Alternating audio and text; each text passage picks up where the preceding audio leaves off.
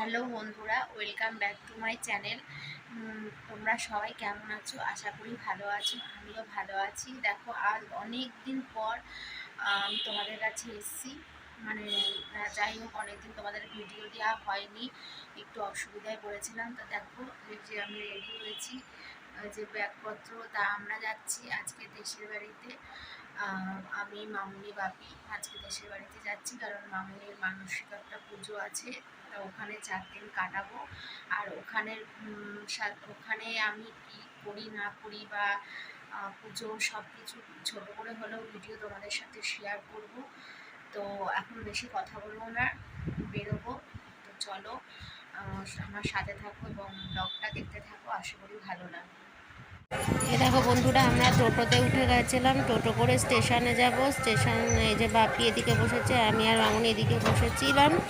তা টোটো করে স্টেশনে যাব। স্টেশন থেকে মানে ট্রেন ধরে হাওড়া যাব। হাওড়া থেকে সেখান থেকে ভেবেছিলাম, এই যে ট্রেনে উঠে গেছি। এই যে ট্রেন মোটামুটি ফাঁকাই ছিল। তা আমি আর মামুনি একসাথেই বসেছিলাম। এই যে দেখো, শ্রীরামপুর লোকালে উঠেছিলাম।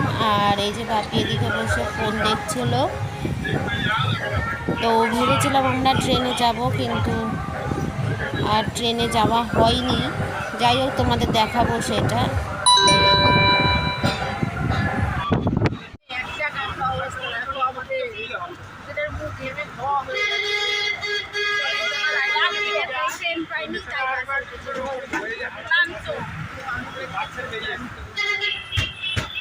এই দেখো, আমরা পার্সেন্টেজ আমরা ওখানে যাই, তারপরে দেখো হয়ে গেছে।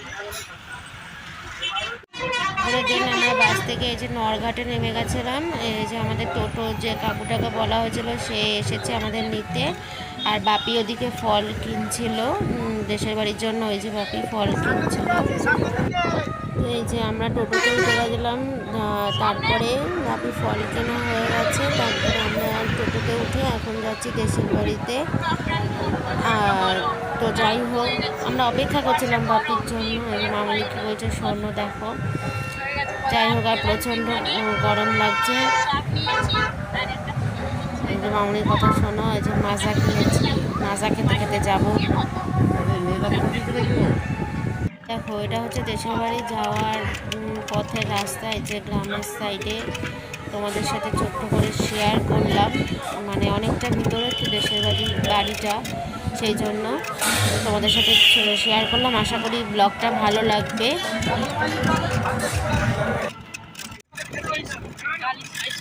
আর এটা হচ্ছে দেশের বাড়ির বাজারের রাস্তা। এই যে আর ওই যে ওই দেখো, ওটা হচ্ছে গোপীনাথপুর গার্লস হাই স্কুল। মানে আমাদের দেশের বাড়ির গ্রামটা হচ্ছে গোপীনাথপুর নাম, তাই বললাম আর কি। দেখো, একটা ছাগল চলে গেল। এই যে